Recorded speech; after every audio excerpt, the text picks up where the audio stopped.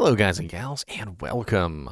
So today we're going to be taking a look and deep diving into the new trailer that was released during the Game Awards by Diablo for Diablo IV. This has some information in it, I think, that we can maybe talk about. And before we do that, I'd like to go over something else. So about a little while ago, back in September, October, there was a big puzzle that we solved. It was an Ottendorf cipher, and the whole community came together, and we were able to solve the puzzle. And it was actually just really freaking awesome. And I'd like to bring that up on camera real quick for you guys, just so you can see it here. For those of you who are unaware, I'll give you the Cliff Notes version. Basically what it is we had numbers coming out of the chat gem. And we figured out that it was an Ottendorf cipher, and by using the original game manual, we were able to basically discern a poem. The poem starts with essentially the person who's telling the vision, and goes into the creation of the universe, Diablo 1, Diablo 2. It even has Diablo Immortal in here, Diablo 3, and then eventually it seems to get to what we are assuming is Diablo 4. The last couple verses, which is Vision of the Night, the perfect return at last to finally claim their rightful throne among brothers. Vision of Greatness, which we're assuming definitely refers to Diablo 4, is a lost, flawed gem returned at last. Lilith returns, that's what we think anyway. A fallen light returned to its former glory. Now that could be referring to Mathiel, or it could be referring to Inarius, we're not sure. But then we also have the verse, which is a thief left alone to plan eternal. Now, Inarius is definitely the thief because he's the one that stole the World Stone, but it could be referring to someone else. The 7 and 5 gripped from their homes, prime evils, lesser evils, the angels are all taken. Cursed to reside in a kingdom long hidden. What kingdom? What is this lost kingdom that's hidden? A fallen guide, places traded. A lost brother, a fallen guide, places traded, forever cursed. And then we also have the other interesting thing that we discerned by taking the first letter of each individual title, and you ended up with the gem all-seeing. Now, let's take a look at the trailer real quick. We're going to watch the trailer, and then we're going to analyze it frame by frame and see what we can figure out.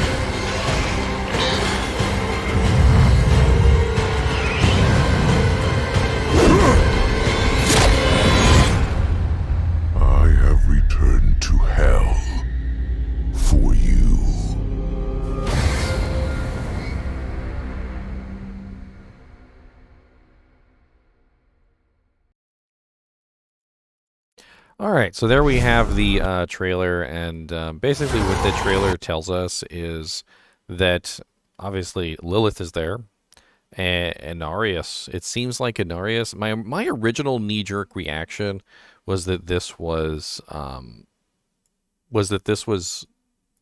Imperius. But there are several things that have confirmed that it's not Imperius. Imperius, for one thing, Imperius has a different wing style. His wings are kind of like more jagged. On top of that, we also have in the pre-order bundle is an item for Diablo 3 that literally says Inarius's wings. And it's obviously the same exact wing structure as what we have here. So this is obviously Inarius. And he specifically says at the end of the trailer, he says, "Turn to hell. I have returned to hell for you." I have returned to hell for you. Now, this is a very interesting statement, in my opinion, because Inarius is basically saying that he has returned specifically to hell for Lilith. And that also confirms, of course, that what we are seeing in the trailer as we look at this hellish landscape is that this is indeed hell. They are in hell. Now, this is interesting because Lilith, obviously, and Inarius both resided in basically the earth. They stole the World Stone together. They made the place that we know as Sanctuary, which was separate from heaven and hell, and so the fact that they are here in hell specifically is rather interesting. Now, there are a couple theories of what's going on here. One theory, which definitely makes a lot of sense, is that this is a flashback to the great conflict that took place basically before all of the storyline. So basically that this isn't necessarily the future or something that happens within Diablo 4, but instead that this is something that happens during the great conflict. So this is literally a battle of the great conflict, and Inarius is still alive. Now, well, he's not technically dead, but this is also something that is this kind of a thing that makes you think that this is definitely a flashback. For one, in the storyline of Diablo 1, Diablo 2, Diablo 3, Inarius has been given to Mephisto.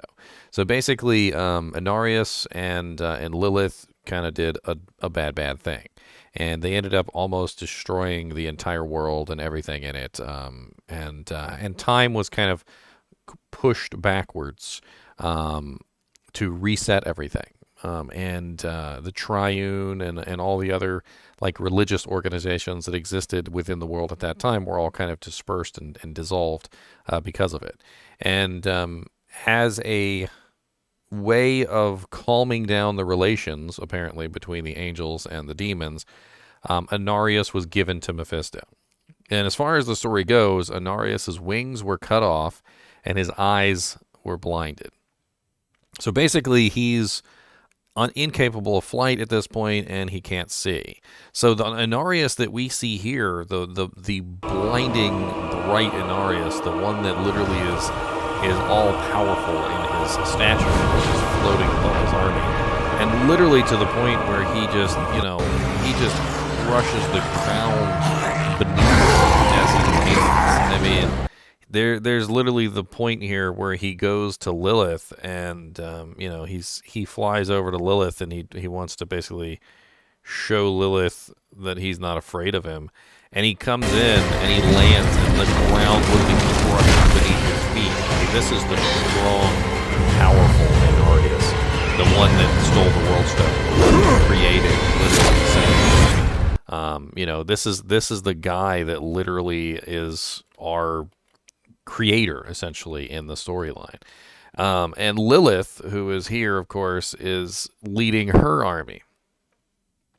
Now, maybe this is like a precursor to the love story that happens between them, because Lilith and Inarius do fall in love.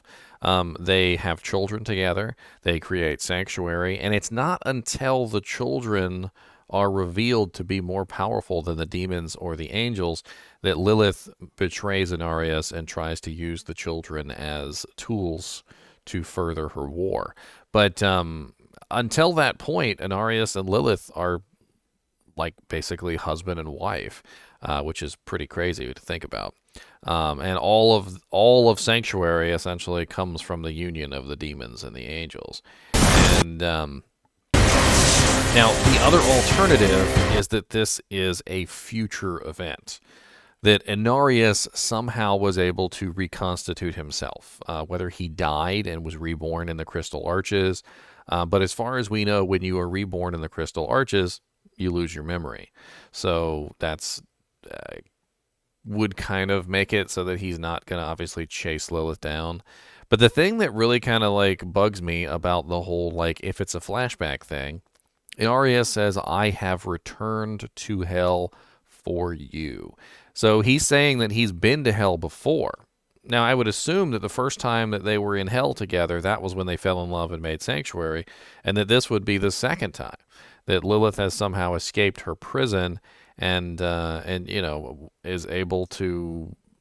I'm not really sure.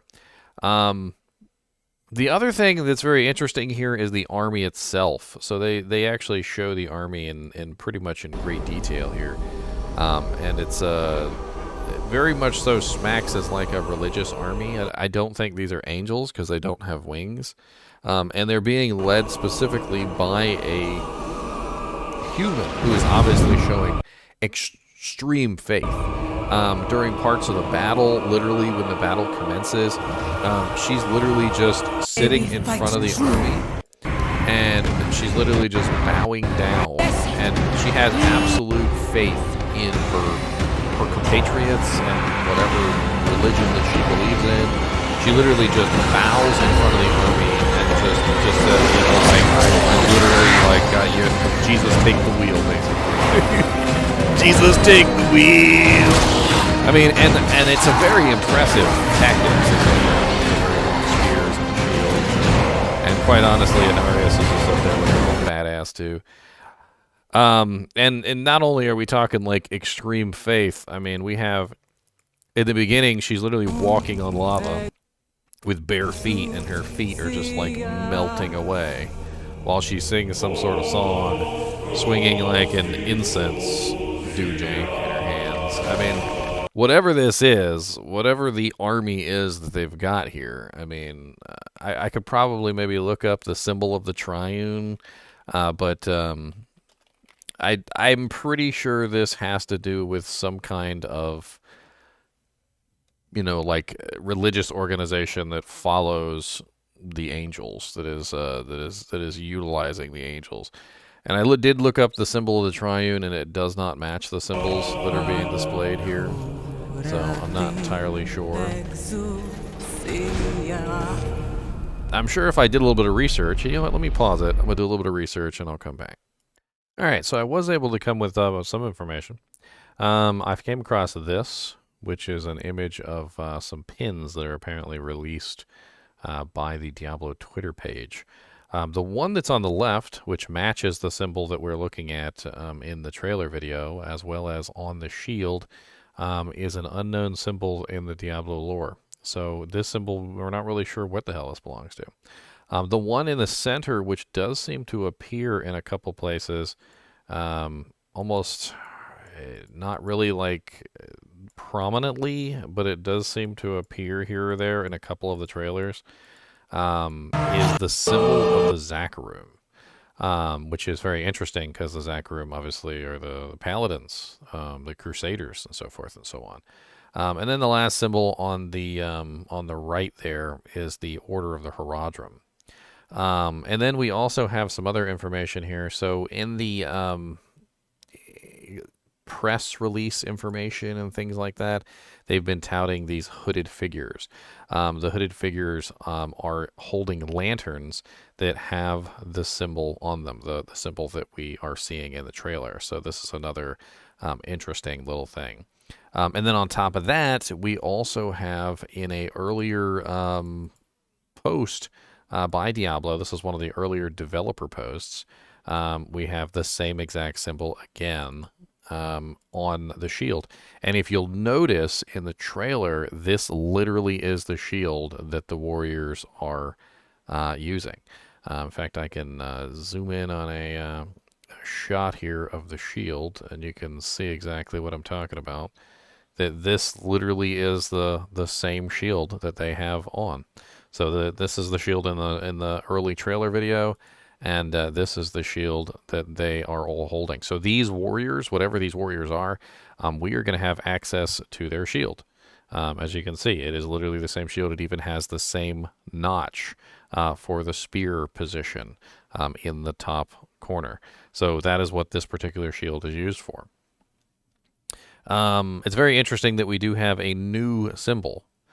It's also kind of odd to me, though, and this is very strange to me, that Inarius is using the symbol. So in this particular image, we can definitely say for 100% certainty that the soldiers seem to be on Inarius's side, right? So Inarius is the guy, and these robed creatures that the Diablo Twitter page keeps showing us, I had originally assumed they were somehow associated with Lilith, and they were trying to resurrect Lilith or something of that nature. But the association of the symbol with Inarius, literally we have Inarius over his armies here, just like gloating, whatever you want to call it. I mean, he's just over here, like lording over his army. Whatever the hell his army is. I mean, just look at this image of frickin' Inarius over his army, his wings spread out, like his army ready, shields glistening, his faithful priestess, in the front, like leading the pack and blessing everyone with all these banners and everything all over the place, essentially, showing the symbol of whatever this organization is that is following Inarius. And then we have these robed figures with the same symbol on them, which makes me think that they're with Inarius, not with Lilith. So very interesting little detail there. I'm not really sure what's on the banners themselves. We can see we can clearly see the actual symbol, but I don't think we actually ever do get a good shot of the banners. Come to think of it.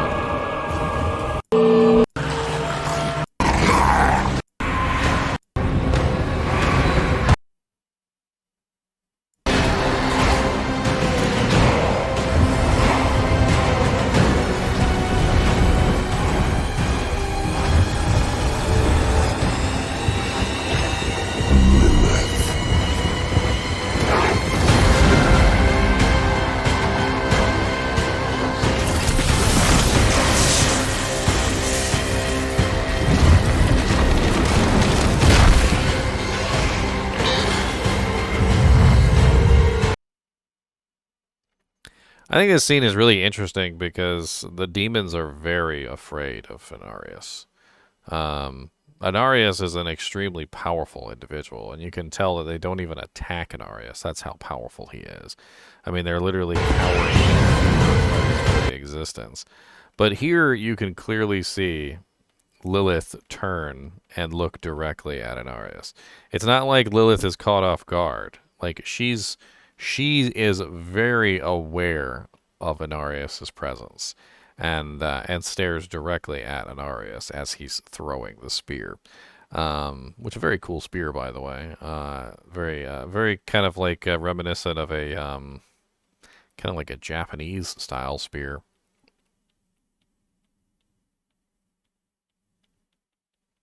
And of course, Inarius throws the spear with such force that it literally goes through the head of this poor demon, just absolutely demolishes his existence, and continues without even slowing down to hit Lilith. And of course, we don't get to see whether the spear actually hits Lilith or not. And then, of course, we're given the old. I have returned to hell for you. And it's very dramatic, very dramatic. So this story definitely is revolving around Inarius and Lilith. Maybe the repercussions of their relationship, what they set up, who knows.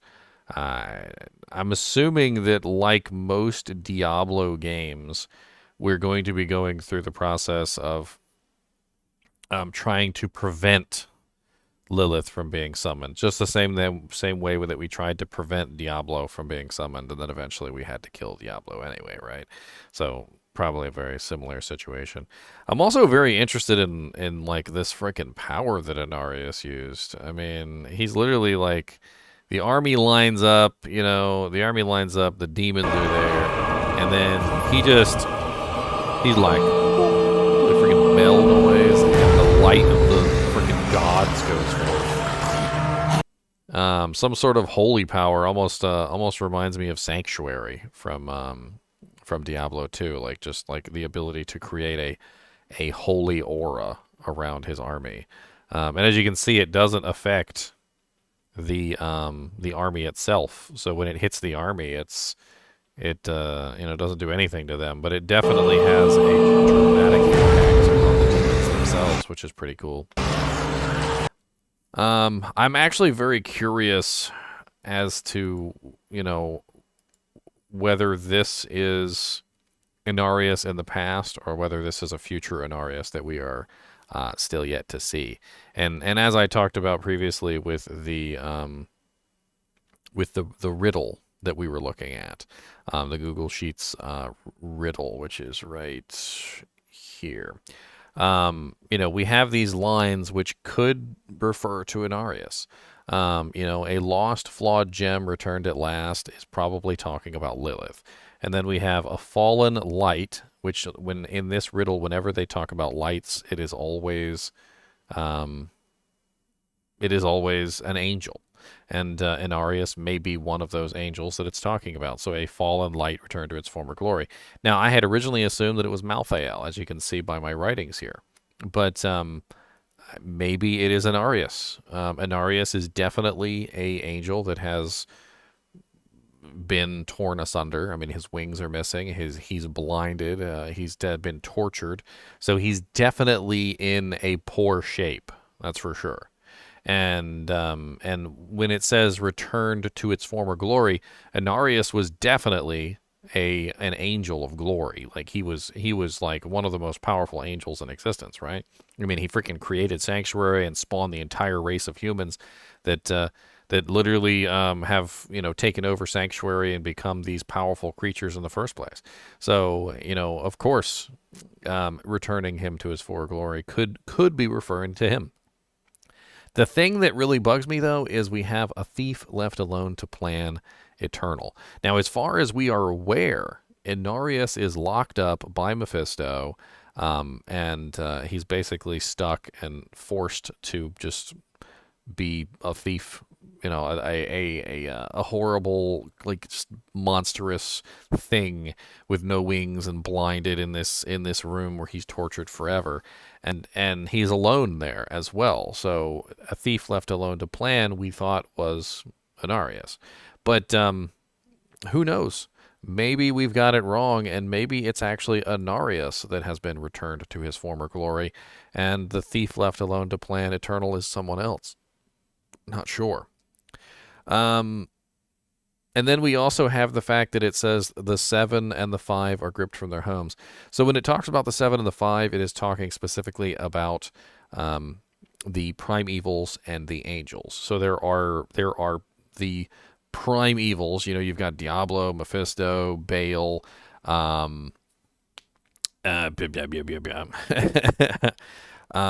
You also have the lesser evils. You've got Belial, Asmodan, so forth and so on. And then with the angels, you've got Imperius, you've got Tyrael, you've got so forth and so on. So all the angels and all the demons are essentially ripped from their homes, right?